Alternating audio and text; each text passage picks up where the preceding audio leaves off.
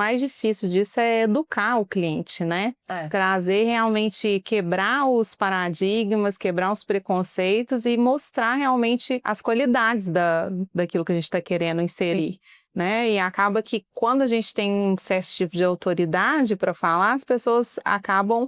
É igual quando a gente, tipo, sua mãe fala para você uma coisa sempre. Aí seu psicólogo fala a mesma coisa. Aí você fala, o psicólogo, mãe, meu psicólogo falou isso. Aí sua mãe vira e fala assim, eu sempre te falei isso. É porque depende muito de quem é que fala, né? Sim, sim. Então a gente vai criando autoridade e é uma das estratégias minha, né, da nossa empresa, é criar autoridade, mostrar para o cliente que a gente sabe o que a gente está vendendo, sabe o que a gente está fazendo, sabe que a gente está antenada, porque o que a gente vê muito no nosso mercado são pessoas completamente despreparadas, né, para a venda, despreparadas no que diz respeito a conhecimento, não sabe o que é quilático, não sabe o que é ouro 18, não sabe o que é ouro 14. Então, assim, trazer esse tipo de conhecimento acaba gerando autoridade fica mais fácil de você educar o cliente, sempre é uma coisa boa, né? Eu não vou educar para enganar, eu vou educar realmente porque é uma tendência mundial. As pessoas dos Estados Unidos, de outros lugares que lançam as tendências, já estão totalmente...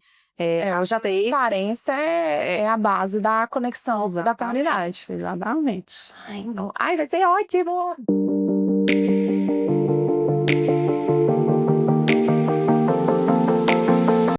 Sabe aquela ponte ali? Que é a Ponte Vecchio de Firenze, que é uma das pontes que tem a Rua do Ouro. A Rua do Ouro. Você não vai acreditar que a gente ficou sabendo semana retrasada. Papai, quando a gente foi com ele lá, ele deu uma joia para cada mulher da família. E deu um bracelete para mamãe enorme. E ela usou esse bracelete uma vida toda. Aí ela chegou para Jacira semana retrasada, passada, Jacira, manda dar um banho para mim, para dar uma... Porque a gente está muito com essa pegada de pegar as joias de herança e arrumar... Dar um tapa de beleza nela, né? Tapa, não é nem isso, é arrumar o porta-joias justamente para ser usada as joias e já preparar para a próxima geração, né? A gente está nessa educação no momento, a nova educação da Corazo é educar as pessoas a cuidarem das joias para a próxima geração. Então ela foi, pegou a joinha dela toda, falou, essa pulseira aqui, ela conta uma história maravilhosa, foi a primeira viagem que fez a família toda, o papai levou todo mundo, falou, agora eu quero dar uma joia para cada uma de vocês, essa ponte assim tem assado, papai nem sonhava em ser joalheira ainda, quando isso aconteceu, resultado, não é ouro. Não é ouro. Foi vendido como ouro e não, nem ouro em 14 quilates não é ouro. Você lembra do brinco que eu levei uma vez? Tenho também, acontece muito isso, gente. Não era ouro, mas eu acho que ele era ouro 14, ele não era 18. Não, pelo menos ouro 14 ainda tá bom. Esse não era ouro e... Você imagina, você comprar uma joia onde é o berço da joalheria praticamente. Não, isso, todo mundo me conhece por isso, né? Você foi enganado. Quando eu morei em Florença, eu adorava passar lá e ver as coisas que eu não podia comprar. Pois é. Porque eu era uma jovem de 18 anos. Que nem salário tinha. Agora, o meu anel que eu ganhei, eu tô com medo de ir lá e perguntar o que é. Se é ouro ou não é ouro. Nossa. Mas faz parte do show, né? É isso mesmo. É isso mesmo.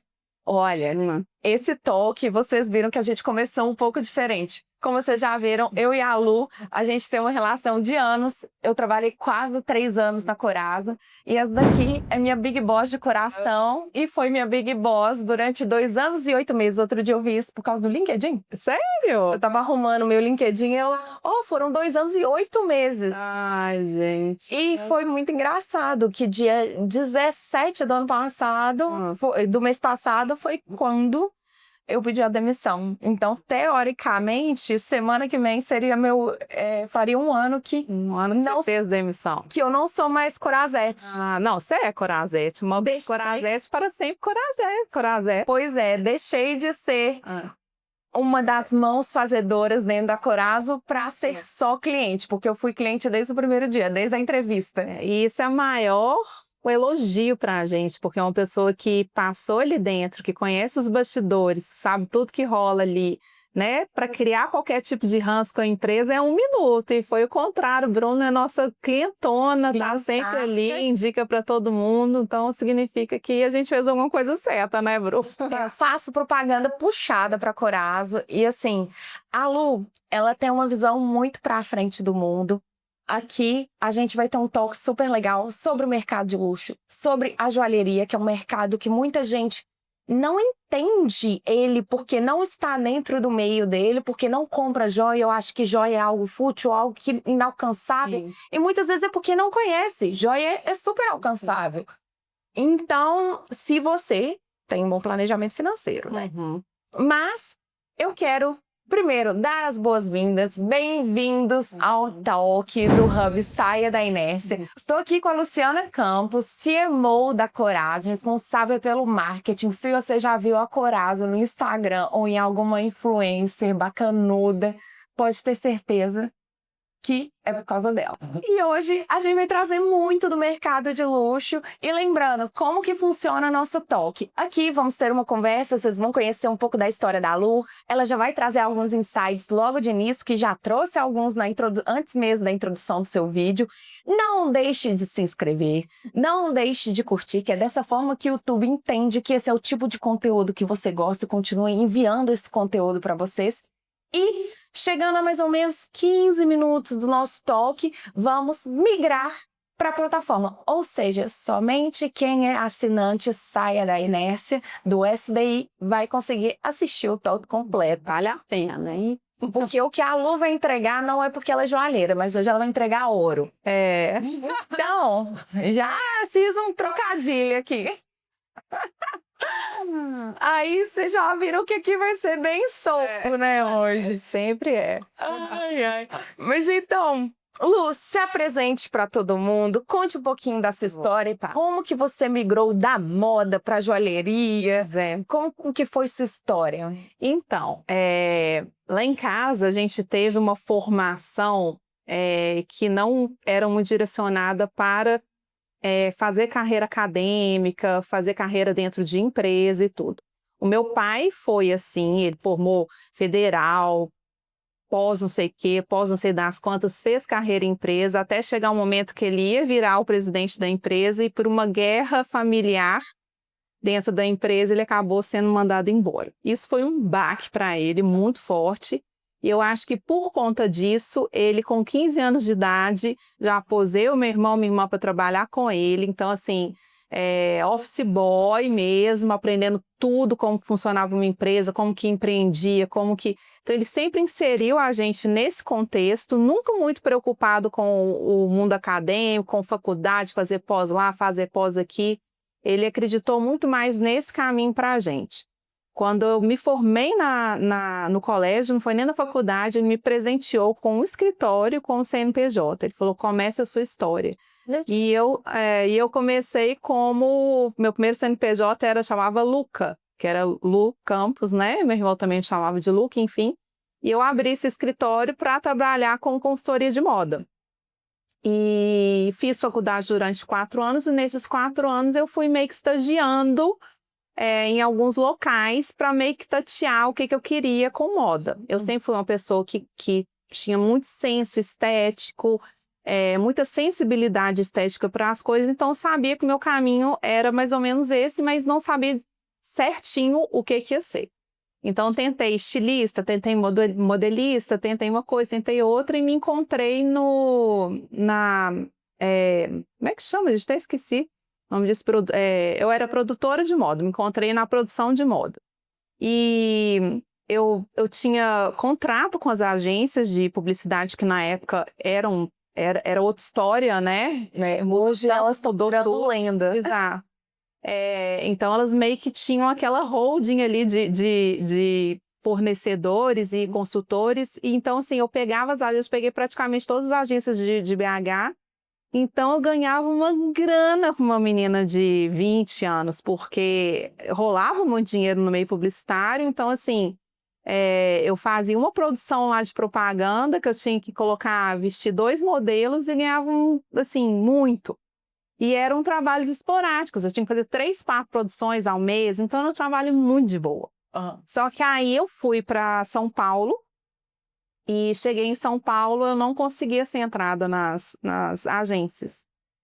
E a minha irmã, que já tinha fundado a Corazo lá em São Paulo, já devia ter uns 4, 5 anos, me chamou para trabalhar com ela. Assim, eu cheguei lá na casa dela, tinha um monte de papel assim, empilhado, da contabilidade, atrasada, aquela confusão, e eu sentei e comecei a organizar. E eu nem sabia que eu tinha tino administrativo, zero, assim, tudo base daquilo que meu pai tinha me entregado, né? E que eu nem sabia. Olha só para você ver como é que a formação para o meu objetivo foi muito bem bolada. E então a Carol me chamou para trabalhar com ela. Assim, já que você não está ainda inserida no mercado aqui de São Paulo, fica comigo, me ajuda, papapá. E assim foi. 20 anos de Corazo já desde então, né? Então, viramos sócias. Aí, até então, nesse princípio, a gente trabalhou, todo mundo fazia tudo, né? Eu criava, eu mandava produzir, Carol criava, Carol mandava produzir. Era meio que estávamos ali sócias, mas as duas faziam tudo, entendeu? Não tinha uma divisão ainda não. Ainda não. Quem fazia o quê? Até porque, como eu não tive uma formação acadêmica XPTO, a gente foi crescendo de uma forma muito intuitiva e muito baseada naquilo que a gente tinha aprendido já lá atrás da formação que meu pai foi nos guiando. E a Carol tem esse mesmo background, né, de empreender. Então, foi um crescimento um pouco mais doído nesse sentido, às vezes de ter uma insegurança de que não estava fazendo a coisa certa por não ter aprendido aquilo, mas ao mesmo tempo foi fluido e essa alma empreendedora, ela que faz uma empresa ficar 20 anos no mercado. Sim. É saber realmente dançar conforme a música, ter essa visão um pouco mais adiante para realmente ver o que está vindo, o tamanho do tsunami que está vindo, porque empreendedor é isso, né? Tem sempre um tsunami vindo aí. Nunca se sinta confortável demais. Uma bolinha de cristal lá dentro da nossa cabeça. Você já tem que antecipar qual que é a próxima crise que está vindo.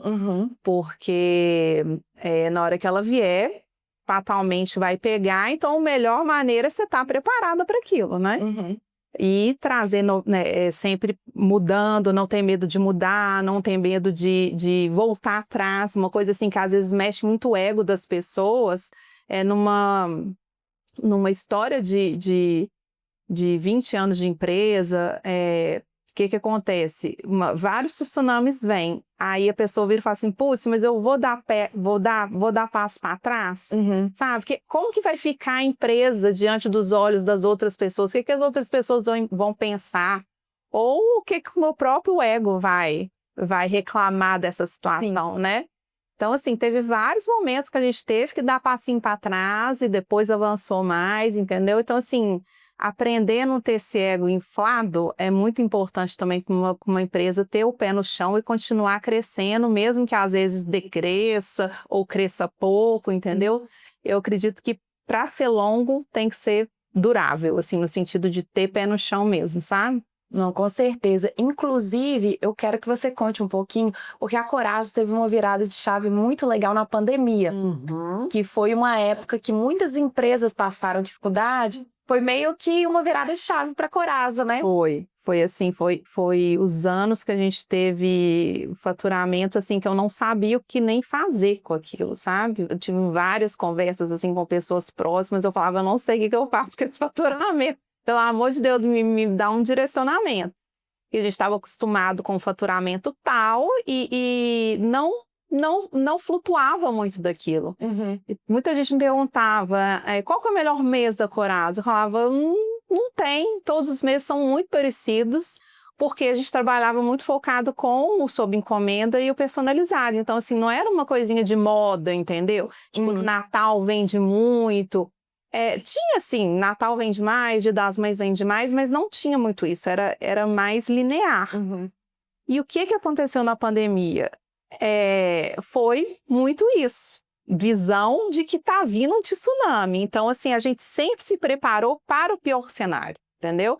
Então, assim, muita gente, eu liguei para a nossa oficina, né, para o pessoal que trabalhava na oficina, que era o nosso chefe Orives, e falei, o que você está pensando em fazer? Ele disse, uai, não estou pensando nada. Eu falei assim, então você começa a pensar. Estava no comecinho da pandemia ainda. Porque a gente vai ter que realmente reduzir todos os custos.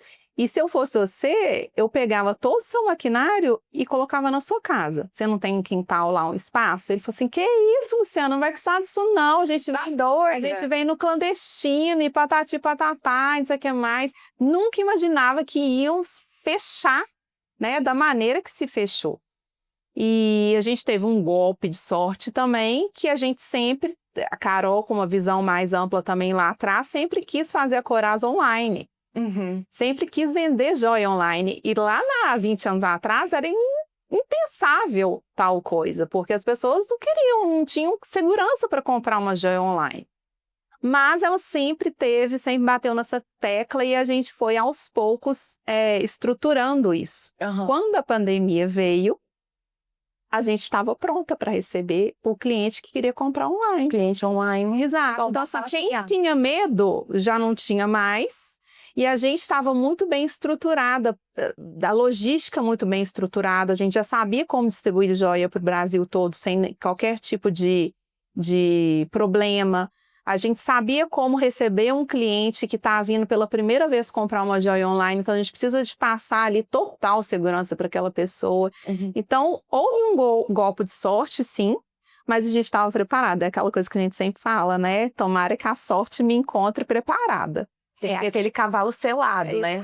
Ou você monta ou você só dá tchauzinho para ele, né? O que foi que aconteceu com muitas joalherias. Elas tentaram entrar no online, mas já estavam tarde demais, entendeu? Então, assim, a gente surfou uma onda alta nesse período, enfim, mas eu falei com ele, né, que era para ele fazer isso, e a princípio ele assustou muito, mas ele fez. Ele me ligou um dia e falou assim, estou com o ônibus aqui, o caminhão de mudança aqui na porta da oficina e estou levando as coisas todas lá para casa. Falei, boa, faça isso. Fez bem. Resultado, no meio da pandemia, tudo fechado, ninguém podia sair de casa. Aí os caras começaram a ir para casa dele, porque era uma coisa mais tranquila, porque os prédios comerciais, você lembra que fechou, né? Tudo, não tinha opção nem de entrar. E aí ele ligou e falou assim, muito obrigada por ter me dado essa dica. Eu falei, não tem nem me agradecer, não. Eu só realmente ter uma visão do pior cenário é o mínimo que você pode fazer como empreendedor, entendeu? Então, assim, o mesmo que está acontecendo agora, o tsunami de agora, é um ouro que está batendo 600 e que diz que até final do ano vai bater em 700 o grama. Até no talk com a Carol, eu comentei com a Carol um dado que a gente não lembrava, mas quando eu entrei na Corazza, o ouro era menos de 300. Pois era 369, eu lembro. Há 2 anos atrás, o ouro era 369. Não, isso, eu já estava na Corazza, era menos de 300 quando eu entrei. Ele começou a aumentar, eu tinha 1 ano de Corazza. Aí ele foi devagarinho, e do nada foi muito alto. Quando eu fui embora, ele estava batendo 500. Pois é. Então, é muito isso. Lá já veio outro tsunami, né? Nós já estamos conversando desse assunto de aumento de ouro, a gente já está vendo que a coisa está crescendo e crescendo e sempre, porque antigamente nunca aconteceu uma alta do ouro desse tipo, não. Sempre teve altas de ouro, mas ele sempre depois equalizou numa quantidade, assim, normal, entendeu? Às vezes estava lá, o ouro estava 250, aí aumentava em 6 meses para 290, aí virava o ano, voltava para 260, entendeu? Ele diminuía de novo. Agora já tem uma crescente que só está crescendo, e está vindo uma onda gigantesca que o grama do ouro é R$700. Então, assim, o que nós vamos fazer, né? Como que nós vamos nos preparar? Qual que é o pior cenário? Vamos ver qual que é o pior cenário. Aí a gente pinta o pior cenário e não tem medo de voltar atrás se precisar, não tem medo de cortar custos se precisar, sabe? É realmente aquilo que eu te falei, tirar ego fora e para, se quiser, permanecer, né? E até mesmo assim, porque algumas pessoas não percebem isso, mas A joia, ela tem matéria-prima. Tem. E a matéria-prima, ela além dela ser finita, porque o ouro é finito, apesar de existir no mundo inteiro ainda, ele é finito, ele é uma coisa que pode acabar. E cada dia tá ficando mais raro, a mesma coisa, o ouro, o diamante, etc. Então, as pessoas não têm essa noção que a finitude da matéria-prima prejudica o preço final. Sim. Então, Lu, eu queria que você falasse um pouquinho com as pessoas como que vocês trabalham esses ajustes do preço final para diminuir o impacto na empresa, né? Visto que a matéria-prima aumentou e o cliente ainda não sentir que foi assim, putz, eu comi mosca, agora o trem tá muito caro, essa é estratégia para vender.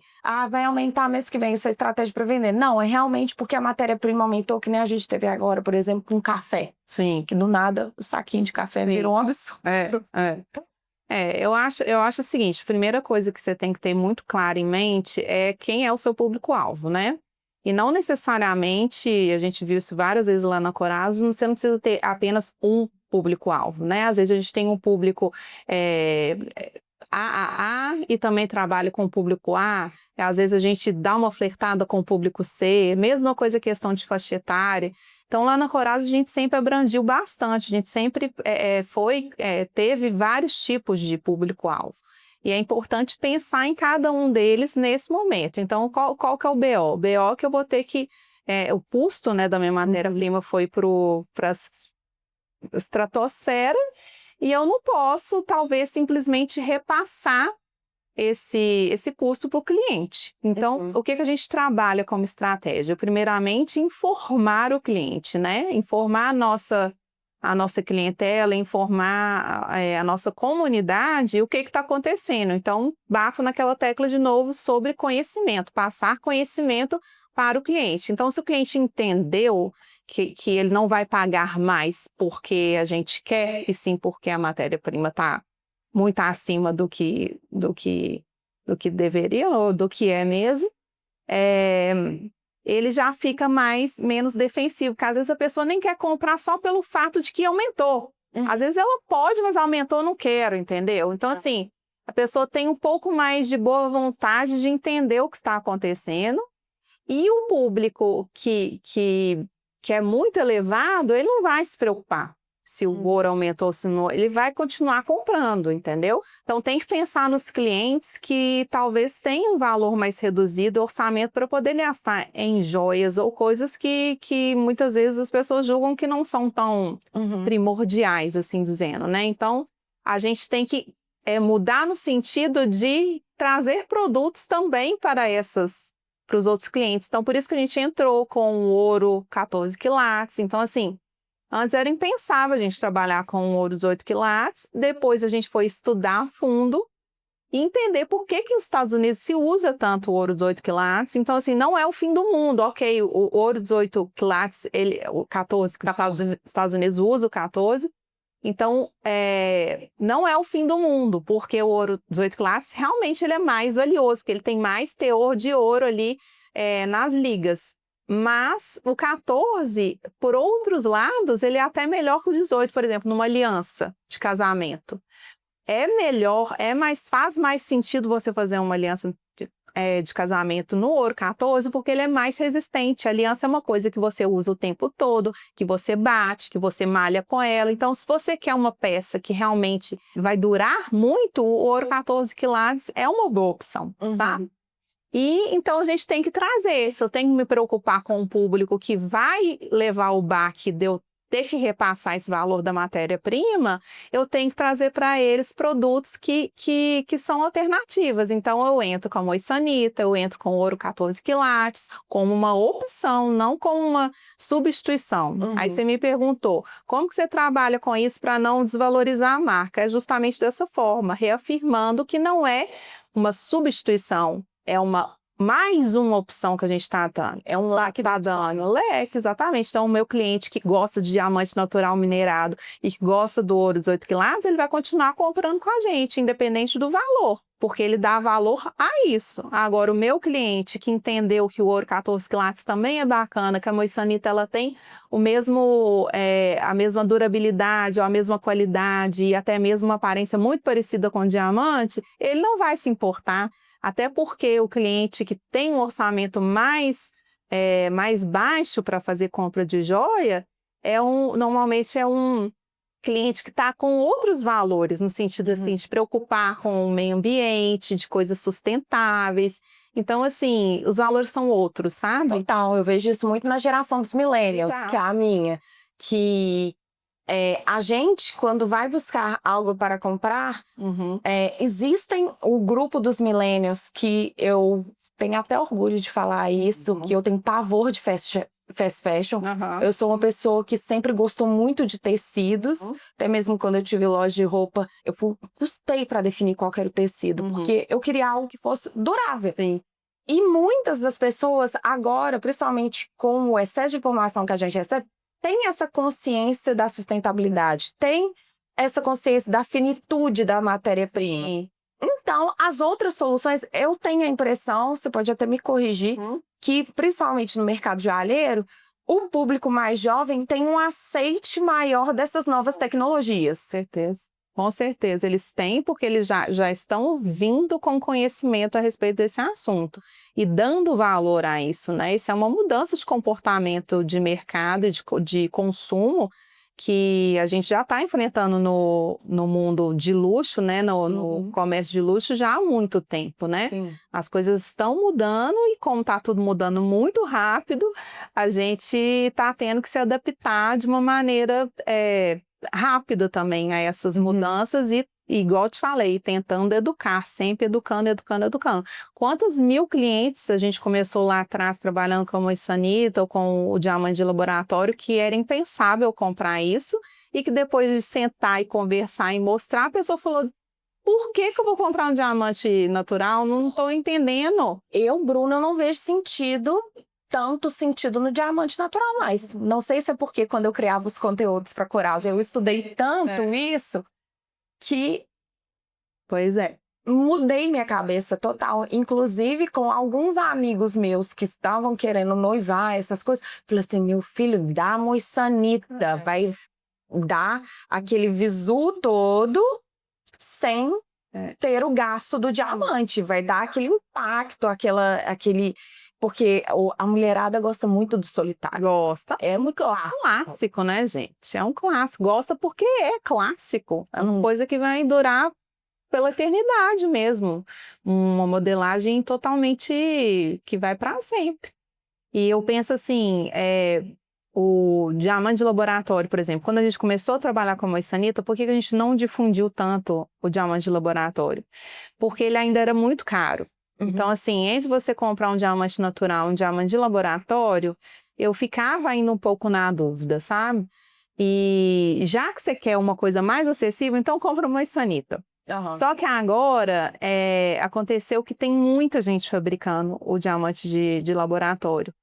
E então o preço abaixou a ponto de eu estar migrando. Eu estou, assim, conduzindo muitos meus clientes a comprar um diamante de laboratório, porque, assim, ele é muito bonito, muito bonito. Você tem que ver um ao vivo.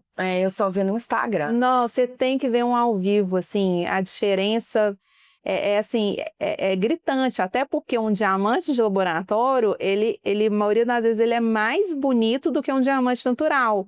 Porque com o diamante de laboratório você consegue os 4 Cs, né, que é o que define a qualidade do diamante, você consegue uma qualidade mais elevada, uma cor mais límpida, sem incrustações e tudo.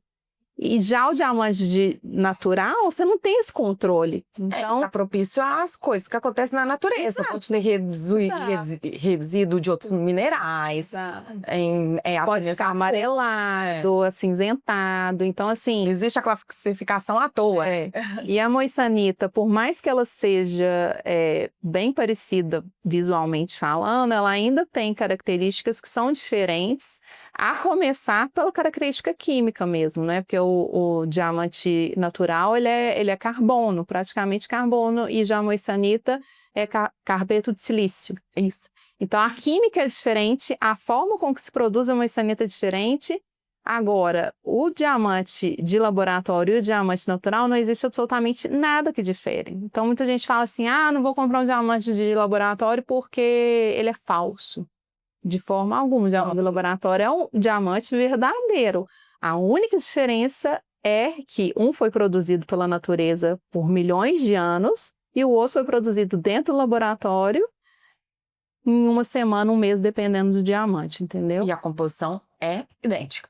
Idêntica, é a mesma coisa, o modo que se prepara dentro do laboratório se reproduz o que acontece lá nos mantos da Terra, a mesma pressão, a mesma temperatura, a mesma maneira que o cristal vai sendo formado, ele vai depositando, como se ele estivesse crescendo mesmo, né? Então fica aquela pedra bruta, depois ela é lapidada.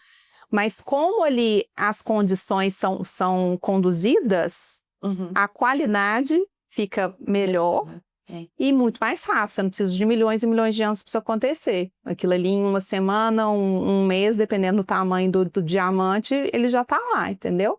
E fora que, para minerar um diamante natural, minerado, se gasta, assim, muita energia, destrói ecossistemas, fora as questões éticas de comercialização e de trabalho também, que muitas vezes são muito precárias quando não se trata de trabalho escravo mesmo. Então, assim, a história do diamante natural, ela não é das melhores, se você for realmente olhar. Não é à toa que tem um filme Diamante de Sangue.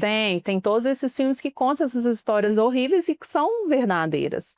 E no diamante de laboratório, o único impacto na natureza que causa ou no nosso mundo é que gasta muita energia. Mas hoje em dia, a energia, dependendo de como ela for produzida, tá até sobrando, né? Então, assim, o impacto é infinitamente menor e por isso que eu falo que o diamante de laboratório ele é mais ético, de fato, mais bonito e mais barato. Então, assim, por que não tem por aí, né? Eu fico assim meio sem entender, mas querendo ou não, eu entendo, porque tem gente que quer um diamante que tenha sido feito por Deus. Ponto final, não estou aqui para falar, entendeu? E é muito que eu falo, cada um faz e tem os valores que tem, e quem sou eu para julgar ou ter qualquer tipo de preconceito? Estou aqui para fazer meu trabalho da melhor forma possível, sem qualquer tipo de julgamento. Mas que realmente é o meu trabalho como joalheira educar, ensinar, entendeu? Pois muitas pessoas nem sabem. Tem muita gente que acha que moissanita é diamante de laboratório. Sim, sim. Eu lembro muito quando a gente estava fazendo conteúdo para apresentar a moissanita dentro da Corazza, a gente teve que explorar muito isso. Inclusive, Lu, esse vai ser o último talk, o último tópico, antes da gente migrar para a área só de membros. Mas eu quero que você fale isso para todo mundo, porque eu acho que é um tópico muito importante. A questão de qualidade de fornecedor. Porque, que nem você falou, tem essas questões éticas, e isso não acontece só com diamante. Fábricas, fornecedoras de algodão, você vê muito disso. Muito locais que cedem matéria-prima tem esse problema. Sim. Como que você trabalha a qualidade do seu fornecedor? Eu acho que é bater na cara, sabe? Dando a cara a tapa. Muitas vezes, realmente, você vai ter uma péssima experiência, mas a gente aprendeu justamente experimentando, não vejo outro caminho, sabe? Porque, óbvio, assim, que a gente pode ter indicação, né, de uma pessoa que já está trabalhando com aquele fornecedor e que sempre foi muito bom e tudo. Só que, muitas vezes, muitos de nós trilhamos caminhos que a gente não tem mentores, né? Então, assim, igual a gente não veio de uma família que trabalhava com joia. Então, a gente foi caminhando pelos nossos próprios pés. Eu acho que isso acontece com muita gente que empreende. Tem que passar pelo caminho ali pela primeira vez. Então, assim, a gente já tomou muito tombo de ourives, gente que realmente roubou a gente, já teve problema com o diamante. Então, assim, muitos fornecedores, o que eles fazem? Começam te vendendo um lote de diamante perfeito, maravilhoso. Aí você cria confiança, aí você começa a pedir meio que sem olhar, e aí você vê que a qualidade, assim, ele continuou te vendendo um diamante lá de 450 quilates, só que ele tá te enviando um diamante de 250 quilates, entendeu? Então, assim, Aí corta fora, vai cortando, vai cortando, vai cortando quem não deu certo. Teve um Orives que a gente fez uma coleção inteira para eles, ia ter um lançamento enorme lá em São Paulo. Falou que ia entregar as peças para a gente no dia tal, não entregou, a gente começou a pressionar ele, porque estava chegando o evento, ele não entregou. Nunca entregou. Nós levamos uma rasteira assim violenta. Aí ele veio falar que o ateliê foi assaltado e patati patal. Mentira, né? Uhum. E nós tivemos que pegar para esse evento joias com fornecedores, joias prontas. A gente teve que ligar para todos os fornecedores que a gente conhece. Pelo amor de Deus, me empresta um tanto de joia aí, porque senão nós vamos perder o evento. Não ia ter estoque para o evento, né? Exato. Então, assim, já tivemos muitos problemas com fornecedores, muitos. Assim, questão de prazo, questão de qualidade, questão de enganação, questão de roubo. A gente só conseguiu caminhar e ter os melhores fornecedores que a gente tem hoje porque a gente foi realmente limando quem não prestava, entendeu? Peneirando, né? Hoje, graças a Deus, o nosso meio ali, as pessoas que nos atendem são maravilhosos, maravilhosos. Gente, vocês viram aqui, a Lu é conhecimento a cada respirada, né? Não é à toa que, mesmo depois de não estar mais na Coraza, ainda mantém essa conexão próxima, eu tenho essa relação incrível com ela, realmente eu adoro a Lu, eu admiro muito ela, a Carol, e falei muito isso quando eu saí da Coraza, que o que mais me doía de estar saindo era porque a gente ia parar de ter o contato diário, né? Eu até fico um pouco emocionada. Não vai te olhar. Nós entre solo, todo mundo junto. Porque foi muito incrível. E foi a Lu que abriu meus olhos também para empreender. Sim. Vocês falavam muito que eu tinha muito talento, que eu tinha que voar e etc. E até eu tomar coragem de falar assim, ok, eu tenho que escolher. Sim. E foi... Aqui, arrepiada. E foi, assim, uma coisa que eu senti que eu pude conversar com vocês que eu não ia ser julgada. E, pelo contrário, eu ia ser motivada. Sim. E, então, agora, vocês... Tô emocionada, né, gente? É o primeiro que eu fico emocionada. Gente, ó. Ai, Jesus. Então, se vocês quiserem continuar aprendendo com a Lu e ficando motivado, que nem eu, emocionado de lembrar a experiência que eu tive com ela dentro da empresa dela e aprender ainda muito mais, aqui vai aparecer o QR Code. Vocês escaneiem. Se você estiver na TV, escaneie com o seu celular. Se você estiver no celular, só puxar para cima que aparece a descrição e você consegue clicar no link para poder adquirir a sua assinatura do Saia da Inércia. O Saia da Inércia é uma assinatura mensal, mas você também pode adquirir por um preço ainda melhor se você assinar semestralmente ou anualmente. Nós incluímos conteúdos novos, em média de a cada 15 dias ou até mais. Atualmente, no dia que eu estou gravando esse conteúdo, a gente já tem mais de 20 horas de conteúdo na plataforma para vocês só. Então, temos vários toques, várias pessoas maravilhosas entregando muita informação e conteúdo para vocês. Então, chega de ladainha e bora para a plataforma.